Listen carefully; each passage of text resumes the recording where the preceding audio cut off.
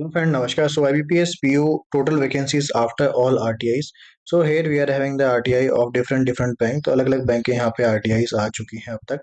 तो one by one I am going to discuss everything. So यहाँ पे students ने रिक्वेस्ट किया था. सो अभी देखो, तो ये आरटीआई की रिप्लाई है यहाँ पे. सो बैंक ऑफ बीओबी है, Canara Indian Overseas Bank of Maharashtra, BOI Indian Bank, PNB. So हर एक बैंक का आरटीआई आ चुका है. तो अब टोटल वैकेंसीज देखते हैं अब कितना आ गया है. सो अब देखो, to be very honest with you, bank has the right to increase और to decrease the vacancy at any point of time. तो बैंक कभी भी वैकेंसीज को इंक्रीज कर सकता है, डिक्रीज कर सकता है, जब तक आपकी रिपोर्टिंग बैंक के अंदर नहीं हो जाती है तब तक.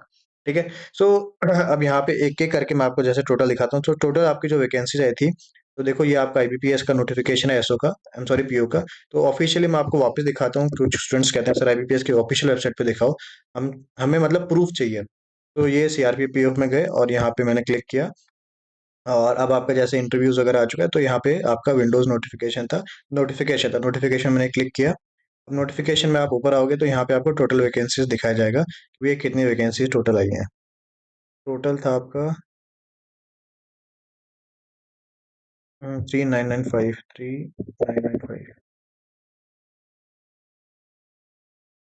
कहाँ वो पेज?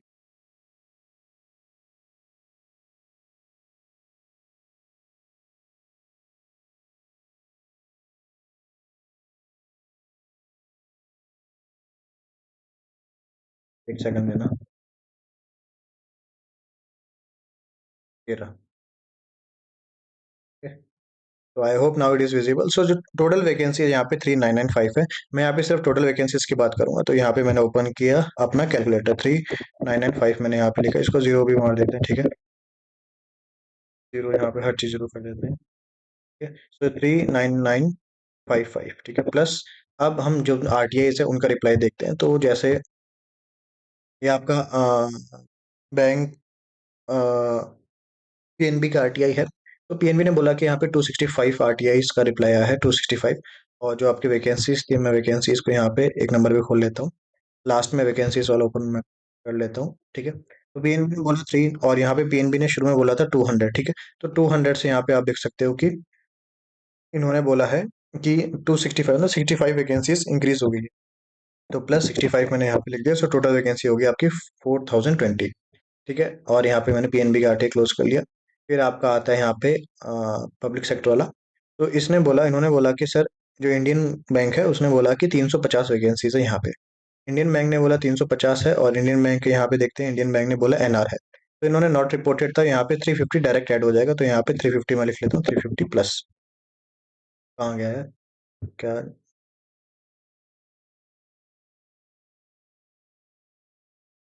प्लस 350. ठीक है. अब ये वाली आरटीआई को भी हम क्लोज करते हैं.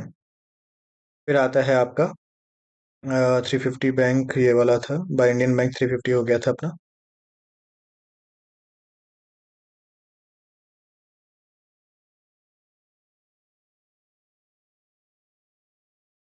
फिर आता है बैंक ऑफ इंडिया. तो जो बैंक ऑफ इंडिया, उन्होंने बोला कि अभी तक कोई भी ऐसा चेंज नहीं है. जो भी चेंज है ऑफिशियल वेबसाइट पे मिल जाएगा. तो यहाँ पे जो बैंक ऑफ इंडिया का कोई भी चेंज नहीं है. तो एज इट इज मैं यहाँ पे मान रहा हूँ कि इनका भी कोई चेंज नहीं है बैंक ऑफ इंडिया का. फिर आता है आपका बैंक ऑफ महाराष्ट्र. तो इन्होंने भी ऐसा कुछ रिप्लाई में दिया, it is under under process करके इन्होंने रख दिया. तो मतलब इनका भी मैं यही मानता हूँ कि कोई रिप्लाई अभी तक नहीं दिया इन्होंने एज इट इज. तो इन्होंने बोलिया कि अंडर रिप्लाई प्रोसेस. तो मैंने पूछा था सर लेटेस्ट वैकेंसी बताओ, तो इन्होंने अभी तक बोला अंडर प्रोसेस है. तो इसको भी हम एज इट इज रहने देते हैं. फिर आता है आपका यहाँ पे चेन्नई. तो जो आपका इंडियन ओवरसीज जो बैंक है, इंडियन ओवरसीज ने भी बोला कि जो भी वैकेंसीज लेटेस्ट है वो आपको ऑफिशियल वेबसाइट पे दिख जाएगी. तो ऑफिशियल वेबसाइट पे जो है उसको भी हम एज इट इज ही मान रहे हैं, कोई इसमें मैं चेंज नहीं मान रहा हूँ इंडियन ओवरसीज बैंक का. फिर आता है आपका कैनरा बैंक. तो इन्होंने बोला है कि जो पीओ है जिसमें 2000 वैकेंसीज, मैं यहाँ पे आपको दिखा देता हूँ. 2000 वैकेंसीज उन्होंने बोला है, कैनरा बैंक ने 2000 वैकेंसी पीओ के अंदर है. अब नोटिफिकेशन देखो, जो कैनरा बैंक है इसने 750 की है. तो मतलब 1250 वैकेंसी और इसमें हम ऐड कर सकते हैं. तो प्लस 1250 वैकेंसी और मैंने ऐड की, क्योंकि इन्होंने 2000 बोली है. तो अभी आपकी वैकेंसीज होगी 5620. ठीक है. तो ये आपकी टोटल वैकेंसी होगी 5620. तो इसकी आरटीआई को भी हम क्लोज कर देते हैं बाय कैनरा बैंक. फिर आता है आपका बीओबी बैंक. तो जो बीओबी बैंक है, इन्होंने मैंने आरटीआई लगा के पूछा सर बता दो जरा. तो इन्होंने बोला कि आपका जो पीओ है bank of Baroda, reported the total 1133 vacancies in the PU. ठीक है, अब 1133 है बाय बैंक ऑफ बड़ौदा, और यहाँ पे इन्होंने एनआर किया था। तो एनआर किया था, मैं यहाँ पे एक और इसको मैं ऐड कर देता हूँ, प्लस क्या था 1133, 1133 प्लस 1133। तो ये आपकी यहाँ पे टोटल वैकेंसीज हो गई है बैंक पीयू के अंदर एज ऑफ टुडे।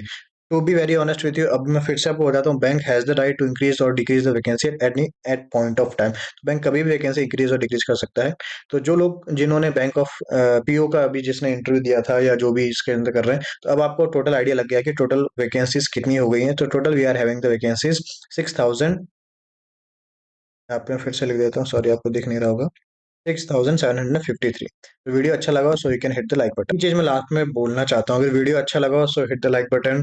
इतनी सारी आरटीआईज लगाना, इनके रिप्लाई का वेट करना, इनसे इनका सब कुछ एक कैलकुलेट करना, सिर्फ आप स्टूडेंट्स के लिए, ताकि आपको लेटेस्ट अपडेट मिलता रहे कि भैया अगर आप बीओ के लिए प्रिपरेशन कर रहे हो तो किस वैकेंसी, किस बैंक में कितनी वैकेंसी और कौन सा बैंक आपके लिए ठीक है।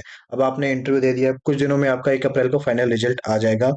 तो मैंने इतनी सारी मेहनत की है सिर्फ आपके लिए। अगर वीडियो अच्छा लगा हो तो कमेंट करके जरूर मुझे बताना, if you really appreciate my hard work. तो इसी के साथ दोस्तों, जय हिंद, जय Bharat, and again all the best.